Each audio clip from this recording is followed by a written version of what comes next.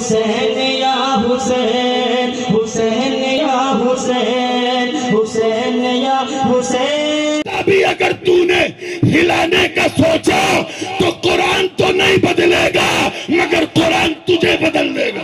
نعرہ تکبیر، نعرہ الحمدللہ حق حمدہ والصلاة والسلام على من لا نبي من بعده سيدنا ومولانا محمد المصطفى صلى الله تعالى عليه وسلم وعلى آله وصحبه وأزواجه وعترته. أما بعد فأعوذ بالله من الشيطان الرجيم. بسم الله الرحمن الرحيم. واعتصموا بحبل الله جميعا ولا تفرقوا واذكروا نعمة الله عليكم إذ كنتم أعداء فألف بين قلوبكم فأصبحتم بنعمته إخوانا. صدق الله العلي العظيم. وبلغنا رسوله النبي الأمين الأمي الكريم ونحن على ذلك لمن الشاهدين والشاكرين والحمد لله رب العالمين.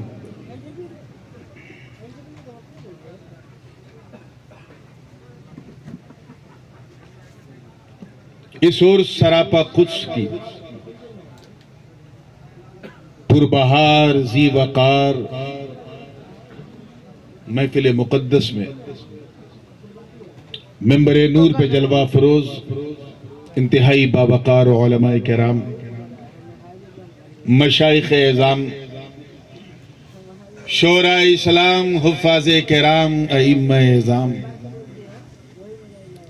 اور دور و نزدیک سے آ کر آج سبھی کو چھوڑ کر صرف نبی کے لیے اس ٹھنڈے ٹھنڈے موسم میں بھی پوری گرمی کے ساتھ بیٹھی سنی عوام اور ایک گوشے میں بیٹھ کر محبت سے کان لگا کے سننے والی ہماری خواتین اسلام، السلام علیکم ورحمۃ اللہ وبرکاتہ.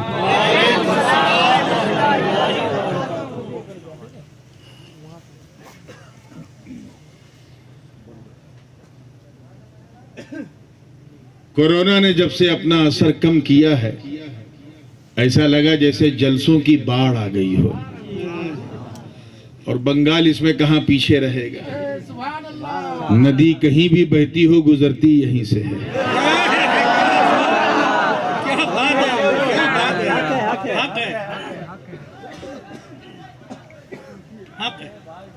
بہرکیف اگر کوئی بولے تو اسے بول کے چپ نہ کرائیے ورنہ ایک بول کا اضافہ ہو جائے.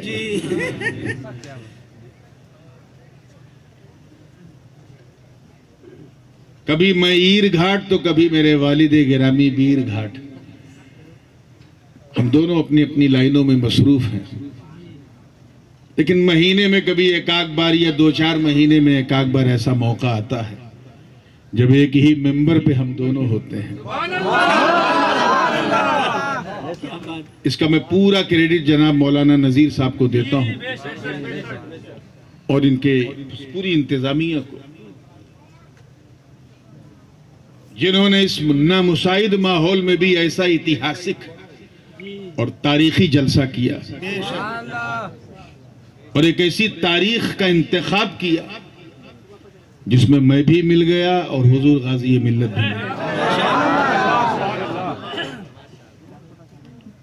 میں تو خیر کئی بار یہاں آ چکا ہوں، لوگ جانتے ہیں کہ جب اکیلا رہتا ہوں تو لمبی چوڑی بات کرتا ہوں لیکن آج میں صرف سنانے کے لیے نہیں بلکہ آپ کا موڈ بنانے کے لیے بیٹھا ہوں اور یوں سمجھے کہ حضور غازی ملت کی تقریر کی تمہید بن کر بیٹھا کیونکہ میرے بعد ان کا خطاب ہونے والا ہے. جن کی بارگاہ میں خطابت جو ہے وہ اپنی جبین نیاز خم کر دیتی ہے۔ اگر ہر فن کا ایک الگ مجدد زمانے میں ہوتا، ہر فن کا، تو بلا شبہ اردو خطابت یہ جو فن ہے، اس فن کے مجدد حضور غازی ملت ہوتے ہیں۔ حضرت ابھی آرام کر رہے ہیں، طبیعت ان کی ٹھیک نہیں ہے، تو میں نے کہا کہ میں اپنا فرض نبھاتا ہوں، اور انشاءاللہ تعالی جب وقت ہوگا تو آپ کی تشریف آوری ہوگی۔ مجھ سے پیشتر بھی آپ نے سنا، کیا بات ہے، واہ واہ، مسکرا کے فریش ہوئے ہیں تو قرآن پاک کی جس آیے کریمہ کی میں نے تلاوت کا شرف حاصل کیا، اس کا بالکل سیدھا اور سلیس ترجمہ سن لیں۔ اللہ پاک کا ارشاد ہے، وَاعْتَصِمُوا بِحَبْلِ اللَّهِ جَمِيعًا وَلَا تَفَرَّقُوا، اور تھام لو اللہ کی رسی کو مل جل کر سب لوگ، اور فرقہ بندی مت کرو، گروپنگ مت کرو، منتشر مت کرو، تفریق مت کرو۔ ایک اللہ کی رسی ہے، اسی کو مضبوطی سے بولیے تھام لو، پکڑ لو، کرنے دو کرنے دو۔ علماء جانتے ہیں کہ اعتصام کا صلہ جب با آتا ہے تو صرف پکڑنا ہی مراد نہیں، بلکہ ایسا پکڑو کہ اس میں قوت ہو۔ اگر اس کی تعبیر میں اردو میں کروں تو یوں پکڑو کہ اگر کوئی چھوڑاوے تو کاندھا اکھڑ جائے لیکن رسی نہ کھلے، ایسا پیسا مل جل کے پکڑو۔ وَلَا تَفَرَّقُوا، تفریق مت کرو، گڈ بندی مت کرو، فرقہ بندی مت کرو۔ ایک بات کہوں، ویسے بھی اسلام میں کسی بندی کی کوئی گنجائش نہیں ہے۔ اسلام میں نہ گڈ بندی ہے، نہ چک بندی ہے، نہ فرقہ بندی ہے، نہ نس بندی ہے، اور دیوبندی تو بالکل نہیں۔ ہاں، نقش بندی ہے، نقش بندی ہے، اور وہ اس لیے کیونکہ یہ کینہ نکال کے مدینہ نقش کر دیتا ہے۔ مضبوطی سے تھامے، ادھر ادھر مت بکھرو، یہ تیرا، یہ میرا گروپ، یہ تیرا گروپ، ایسا مت کرو۔ وَاذْكُرُوا نِعْمَةَ اللَّهِ عَلَيْكُمْ، توجہ، اور یاد کرو اللہ کی اس نعمت کو جو اس نے تم سب پر کی۔ بے شک، نعمتوں کا حال یہ ہے، if you talk about the big favor of Almighty Allah and start to count, you can never ever count۔ اگر آپ اللہ کی نعمتوں کو گنو شمار کرو تو بچپن سے لے کے 55 تک پہنچ جاؤ گے، گنتی پوری نہیں ہوگی، بلکہ 55 سے لے کے قبرستان کے مدفن تک پہنچ جاؤ گے، گنتی پوری نہیں ہوگی۔ اتنی نعمت ہے، اتنا احسان ہے، لیکن یہاں ایک خاص نعمت کا ذکر ہو رہا ہے، اور یہ 2-3 منٹ ذرا سنجیدگی سے سن لیجئے، کان کھول کے، آنکھ کھول کے۔ اس کے بعد چاہے آپ بات کرو یا کھٹیا لگا کے سو جاؤ، مجھے کوئی تکلیف نہیں، کیونکہ پھر خاموش کرنا بھی میں جانتا ہوں، جگانا بھی جانتا ہوں۔ یہ 2-3 منٹ بڑا کروشل ہے، تو پلیز ٹرائی ٹو انڈرسٹینڈ۔ ایک خاص نعمت کا ذکر ہے، یاد کرو اس نعمت کو جو اس نے تم سب پر کی ہے۔ کس نعمت کو؟ اذ کنتم اعداء، کہ جب تم سب ایک دوسرے کے دشمن تھے، شترو تھے، you were enemy of each other، ایک دوسرے کے دشمن تھے۔ اذ کنتم اعداء فألف بین قلوبکم، تو اللہ تعالیٰ نے تم سب کے دلوں میں الفت، محبت اور پیار پیدا فرمایا۔ دور وہ تھا جب ہر بڑی مچھلی چھوٹی مچھلی کو چباتی تھی، کھاتی تھی۔ پھر اس نعمت کا صدقہ دیکھو کہ وہ دن بھی اس نیل گگن نے دیکھا جب سب کے دلوں میں رنجشیں دور ہو گئیں، محبت کا سمندر موجزن ہو گیا۔ پھر ریزلٹ کیا نکلا؟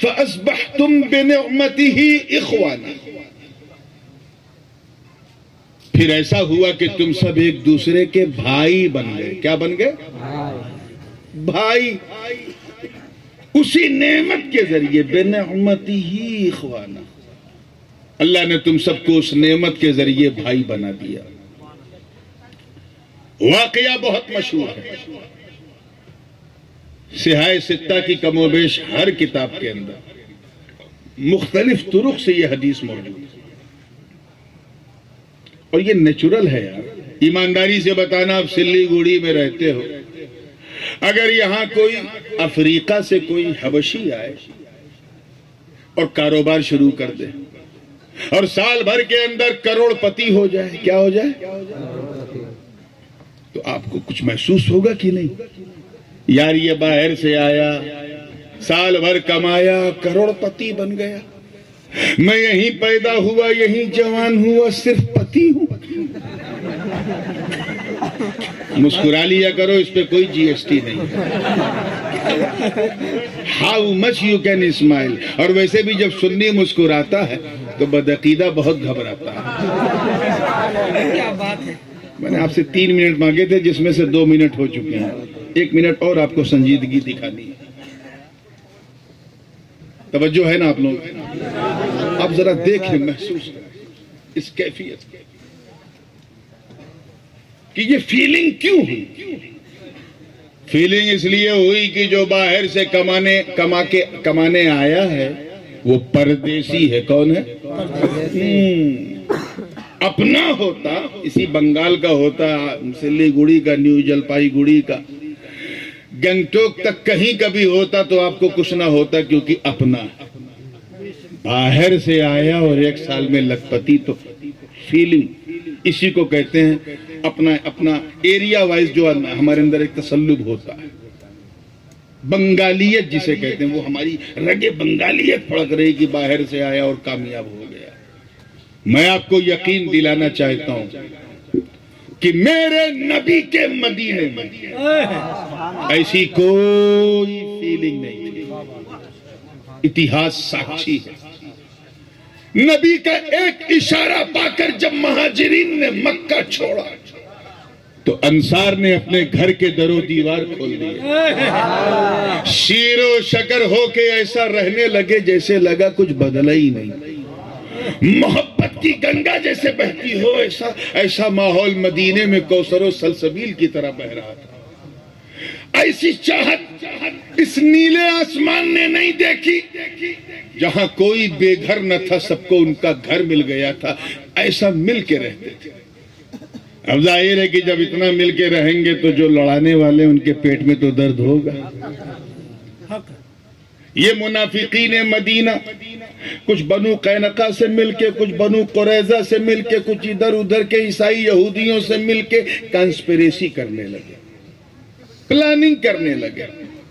کچھ کرو، لڑاؤ، یہ مدینہ مکے والوں کو لڑاؤ.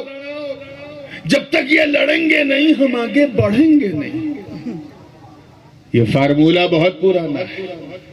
انگریز بھی ہمیں دے کے گئے. آج کچھ پہلے گورے انگریز اس فارمولے پہ عمل کرتے تھے، اب کالے انگریز کر رہے ہیں. لیکن لڑاؤ، سنکیرتا پیدا کرو، ہندو مسلم رائٹ کرو، یہ کرو وہ کرو، اور اپنا ان کو جو ہے وہ ادھر ادھر جانے دو، ہم بریانی کھائیں گے. اس طرح کی فیلنگ، ڈیوائیڈ اینڈ رول جنہیں کہتے ہیں. کچھ کرو، لڑاؤ. کانسپریسی کرنے لگے، پلاننگ کرنے لگے. وہ پھس پھس پھس پھس سرگوشی کر رہے ہیں، کان میں باتیں کر رہے ہیں، اور اپنے گاؤں میں، اپنے شہر میں، اپنے حجرے میں بیٹھے بیٹھے میرے آقا کے کانے لالے کرامت سب سن رہے ہیں. حضور نے فرمایا، اچھا تو لڑانا چاہتا ہے؟ ٹھیک ہے، تم اپنا زور آزماؤ، میں اپنا زور آزماتا ہوں. سرکار نے ایک جلسہ کیا، اور اس طرح کا جلسہ آج ہماری قوم میں وقت کی ضرورت ہے. اور اس جلسے کا ذکر ہر سیاہ ستہ کی ہر کتاب میں ہے. جلسہ مواخات کیا، بھائی چارے کا جلسہ. کون سا جلسہ بولو بھائی؟ بھائی چارے. بھائی چارے کا جلسہ، اسی کو عہد مواخات کہتے ہیں۔ ایک شپت لی گئی بھائی چارے پر۔ حضور علیہ السلام نے سب کو اکٹھا کیا سوائے علی کے۔ ظاہر ہے جب سارے مرد مسجد نبوی میں آ جائیں گے تو مدینے کو دیکھے گا کون؟ تو حضور نے مولا علی کو روک دیا اور سب کو اکٹھا کیا اور سب سے کہے لوگوں، آج سے یاد رکھنا تم میں نہ کوئی عربی ہے نہ عجمی، نہ قرشی ہے نہ مطلبی ہے، نہ تم میں کوئی قبیلیائی کوئی فیلنگز، تم سب ایک اللہ کی رسی کو مضبوطی سے تھام لو اور جو بھی گلے شکوے ہیں آج اللہ کے نبی کے سامنے نکال لو۔ سب نے بھائی چارے کا عہد لیا۔ سرکار نے سب سے کہا اب ایک دوسرے سے گلے مل لو، آنیقو گلے مل لو، گلے مل لیا۔ فرمایا اب ایک دوسرے کو بھائی بنا لو، سب نے ایک دوسرے کو بھائی بنا لیا۔ محبت کی ایسی نظیر، توجہ، اس نیل گگن نے بھی نہیں دیکھی ہوگی۔ میرا وجدان کہتا ہے کہ اس وقت جنتی حوریں بھی چلمن خلد ہٹا ہٹا کر رخسار بلال کی بلائیں لے رہی ہوں گی، بلائیں۔ ارے جس وقت صدیق اکبر نے بلال حبشی کو گلے لگایا، ایک ہی صف میں کھڑے ہو گئے محمود و ایاز، نہ کوئی بندہ رہا اور نہ کوئی بندہ نواز، سب گلے مل لیے، سب نے اللہ کی رسی کو زور سے بولو تھام لیا۔ مولا علی کنارے تھے، ہی واز کرائنگ، رو رہے تھے۔ ایک صحابی رسول کی نظر پڑی، روتے دیکھا آئے بارگاہ رسالت میں، عرض کیا حضور ان علی یبکی، علی رو رہے ہیں۔ سرکار نے فرمایا کیوں رو رہے ہیں؟ کہا حضور آپ ہی بلا کے پوچھ لیں کیوں رو رہے ہیں۔ کتنے سچے ہوتے تھے صحابی، جتنا دیکھتے تھے اتنا ہی بولتے تھے۔ ہم لوگ کی طرح وہ نمک مرچا مسالہ نہیں لگاتے تھے۔ دیکھا روتے ہوئے، کب حضور آپ ہی بلا کے پوچھ لے کیوں رو رہے ہیں۔ پتا تھا کہ الگ ہیں اسی لیے رو رہے ہیں، مگر جواب نہیں دیا۔ سرکار نے بلایا، کہا بلاؤ علی کو۔ مولا علی بارگاہ رسالت میں حاضری دے رہے ہیں۔ عزیزان ملت، وہ علی جن کی انگلی کی ایک حرکت سے، توجہ، باب خیبر تھر تھرا کے اکھڑ جائے۔ جب مصطفیٰ نے بلایا تو لرزیدہ قدموں کے ساتھ کانپتے تھر تھراتے بارگاہ رسالت میں حاضر ہوئے۔ سرکار نے فرمایا مالک یا اخی، کیا ہوا؟ حضرت علی نے عرض کیا حضور بس میں یہ سوچ کے رو رہا ہوں کہ آپ نے مجھے اس بزم کے قابل نہیں سمجھا۔ کاش میں بھی آتا، کسی کو گلے لگا کر اپنا بھائی بناتا۔ آپ نے مجھے اس سعادت سے محروم کر دیا، ایسی ڈیوٹی دے دی۔ بس یہی سوچ سوچ کے سرکار رونا آ رہا ہے۔ اتنا کہنا تھا، توجہ، حضور ممبر پہ بیٹھے تھے، قام علی المنبر، کھڑے ہو گئے اور فرمایا اے علی سن، میں نے سب کو بلایا، گلے ملوایا، بھائی بنوایا، تجھے نہیں بلایا کیوں؟ اخرتک لنفسی۔ اور ایک روایت میں ہے ترمذی کی، بقیتک لنفسی۔ اے علی میں نے تجھے اپنے لیے بچائے رکھا تھا۔ آپ ذرا خیال کریں، نعرہ تکبیر، نعرہ رسالت، نعرہ حیدری، نعرہ حیدری۔ میں نے تجھے I have saved you for myself، میں نے تجھے اپنے لیے، زور سے بولو، اب اگلا جملہ دل تھام کے سننا تو مزہ آئے گا، میں نے تجھے اپنے لیے، اسی لیے میں نے تاخیر کی، اپنے لیے بچائے رکھا تھا، تجھے اپنے لیے۔ میں نے سوچا جب سب ایک دوسرے کو گلے لگ جائیں، ایک دوسرے سے مل جائیں، بھائی بن جائیں، تب میں تجھے بلاؤں، اپنے گلے سے لگاؤں، اپنا بھائی بناؤں۔ اے علی سن، ان لوگوں کو تو میں نے اس زمین کے اوپر، اس آسمان کے نیچے بھائی بنایا ہے، مگر تو میرا ایسا بھائی ہے کہ انت اخی فی الدنیا والآخرہ، تو یہاں بھی میرا بھائی، وہاں بھی میرا۔ نعرہ تکبیر، نعرہ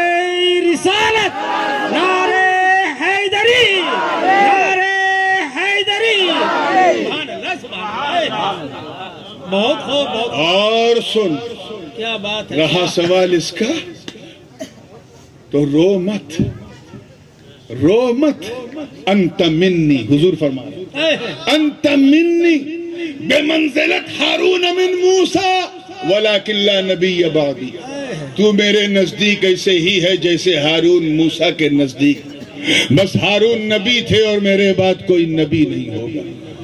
گویا سب کے سامنے، توجہ چاہوں گا، سب سے آخر میں علی کو بلا کر، گلے لگا کر، اپنا بھائی بنا کر، من کنت مولا فہذا علی مولا کا جبہ و دستار پہنا کر نبی یہ فرما رہے لوگوں اللہ کی رسی کو تھام لو.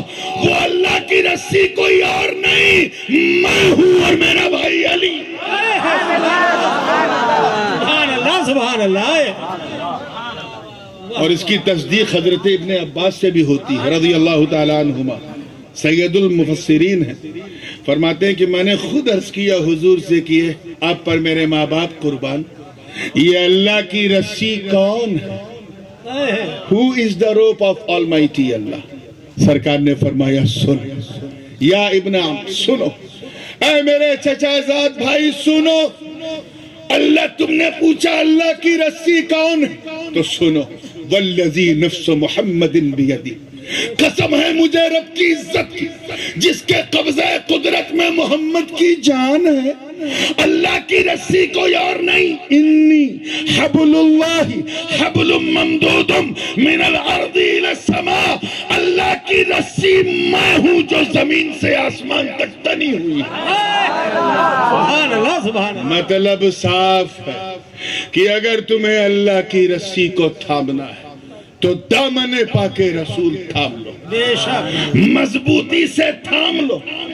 کیونکہ جس کو نبی کا دامن مل گیا اسے خدا کی قربت مل گئی. بے شک. جو نبی والا ہو گیا وہ خدا والا ہو گیا. جس کے دل میں نبی کی چاہت، نبی سے تعلق پیدا ہوا، اس کا تعلق باللہ ہو گیا، اللہ سے ہو گیا. یہاں نہ کچھ میرا ہے نہ کچھ تیرا ہے، جو تیرا ہے وہی میرا ہے، جو نبی کا وہ خدا کا، جو خدا کا وہی نبی کا. تبھی تو اعلیٰ حضرت عظیم البرکت امام عشق و محبت، دریائے رحمت، کنز الکرامت، جبل الاستقامت، حقانیت کی شان، سنیوں کی جان، احمد رضا خان علیہ الرحمت والرضوان، کفر کے تابوت پر آخری کیل ٹھوکتے ہوئے جب اپنا عقیدہ بیان کیا تو یوں بیان کیا کہ یا رسول اللہ میں تو مالک ہی کہوں گا کہ ہم مالک کے حبیب یعنی محبوب و محب میں نہیں میرا تو. نعرہ تکبیر، نعرہ رسالت، مسلک اعلیٰ حضرت، تعلیمات اعلیٰ حضرت، فیضان مخدوم پاک حضور تاج العلماء. کیا بات ہے میاں، سبحان اللہ سبحان اللہ. آگے بڑھنے سے پہلے میں ذرا اس کی وضاحت کر دوں. مفسرین کی ایک بہت بڑی جماعت حق جس نے حضرت عبداللہ ابن عباس سے استفادہ کی اور فرمایا اللہ کے نبی اللہ کی رسی. لیکن ایک جماعت اور ہے جن کی تحقیق یہ ہے کہ هو القرآن الکریم، اللہ کی رسی اللہ کا کلام ہے. کون ہے؟ زور سے بولو. اللہ کا کلام. توجہ آگے سے لے کے پیچھے، اللہ کا کلام بلا شبہ. لیکن اسی کلام میں ہے یضل بہ کثیرا ویہدی بہ کثیرا. کیا بات ہے. جو مدینہ سینے میں رکھ کے پڑھے گا ہدایت پا جائے گا. میرا ترجمہ کرنے کا انداز ذرا الگ ہوتا ہے. اور جو کینہ سینے میں رکھ کے پڑھے گا اسے کچھ سمجھ میں نہیں آئے گا. قرآن تو دونوں طرف ہے، ہر فرقے میں ہے. سب کہتے ہیں قرآن ہمارا ہے، قرآن ہمارا ہے، قرآن ہمارا. پھر معیار کیا؟ ہدایت یافتہ کا معیار کیا ہے؟ دشتے کربلا میں تو قرآن دونوں جگہ تھا. بھوکے پیاسے حسینیوں کے ہاتھ میں بھی تھا، کھاتے پیتے یزیدیوں کی تلوار پہ بھی لٹکا ہوا تھا. تخت پہ بیٹھا یزید بھی تلاوت کر رہا، خون اور خاک میں 3 دن تک پیاسا رہ کے ہونے والا شہید، اس کی گردن بھی تلاوت قرآن کر رہی۔ اگر تم کہو کہ ہر قرآن والے کے ساتھ اللہ ہے یا ہر مسلمان کے ساتھ قرآن ہے، تو کربلا میں تو قرآن دونوں طرف تھا، ادھر بھی سجدے والوں کی طرف بھی تھا، پیاسوں کی طرف بھی تھا، پانی والوں کی طرف بھی تھا، جابروں کی طرف بھی تھا، صابروں کی طرف بھی تھا، عاشقوں کی طرف بھی تھا، فاسقوں کی طرف بھی تھا۔ تو بتاؤ پھر آخر قرآن کس کے ساتھ؟ کون قرآن کے ساتھ؟ آواز آئی قرآن اللہ کے ساتھ۔ توجہ، قرآن اللہ کے ساتھ، اور اللہ دشت کربلا میں اللہ یزید جابر کے ساتھ نہیں، حسین صابر کے ساتھ۔ اس کا فرمان ہے ان اللہ مع الصابرین، اللہ صبر کرنے والوں کے ساتھ ہے۔ صبر حسین کے ساتھ، حسین اپنے خدا کے ساتھ، اور قرآن خدا کے ساتھ۔ تو ایک ہے عشق، لیکن ایک معنی میں آپ کو بتاؤں، بھی اگر تو نے ہلانے کا سوچا تو قرآن تو نہیں بدلے گا، مگر قرآن تجھے بدل دے گا۔ نعرہ تکبیر، نعرہ رسالت۔ قرآن نے ان کی رہنمائی کی جنہوں نے قرآن کو تھاما، اور حضور نے تو تھموانے کی رائے بھی پیش کی، آخری وصیت بھی یہی تھی۔ میں آؤں گا اسے، لیکن ابھی آئیے حبل اللہ پر۔ اللہ کی رسی، کون؟ زور سے بولو۔ اللہ کی رسی کو مضبوطی سے تھامو، ادھر ادھر گروپنگ مت کرو، لابنگ مت کرو، نہ لڑو نہ لڑو۔ بریانی کے لیے لڑ چکے، اب غوث جیلانی کے لیے ایک ہو جاؤ، ایک ساتھ رہو، محبت سے رہو۔ اچھا بتائیے، حضرت امام جعفر صادق رضی اللہ تعالی، نام سنا ہے بھائی؟ سب نے سنا؟ آواز لیکن کم آ رہی ہے۔ 22 رجب، کوڑے کی نیاز، اب کچھ یاد آیا؟ ایسے امام کہ ابا بھی امام، دادا بھی امام، پردادا بھی امام۔ میں آپ کی فرمائش کا لحاظ بڑے دل سے کرتے ہوئے، آج جیسا انہوں نے منظر کشی کی اس علاقے کی، اور ان کے والد بزرگوار کی جو خدمات جلیلہ، اور ساتھ ہی ساتھ جو ان کا اہل بیت سے اور سادات سے تعلق، جب سے میں نے سنا اور محسوس کیا، میں نے کہا لگتا ہے مجھے اشارہ مل گیا ہے کہ آج بولنا کیا ہے۔